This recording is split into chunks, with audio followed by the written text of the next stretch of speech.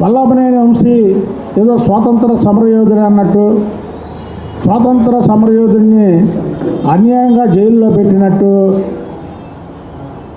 ప్రభుత్వ ఆసుపత్రి కాదా అరుపులు కేకలతో ఇచ్చేశాడు. పేరున్నానే అసలు నువ్వు బొక్కేసినటువంటి బియ్యం సంగతి మాట్లాడు. నీకు సిగ్గనేది ఉందా? ఎవరన్నా చెడ్డ పనులు చేసేటప్పుడు భార్య పేరు మీద పెడతారా?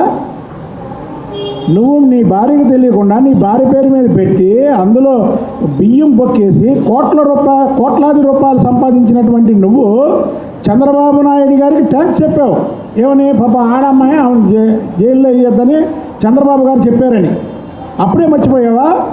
విశ్వాసఘాతకుడా, విశ్వాసం అనేది లేదు నీకు.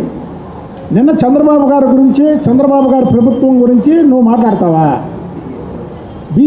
మా బీసీ నాయకుడు అయినటువంటి కొల్లు రవీంద్రని దాదాపు 55 రోజులు జైల్లో పెట్టినటువంటి వాడివి నువ్వు.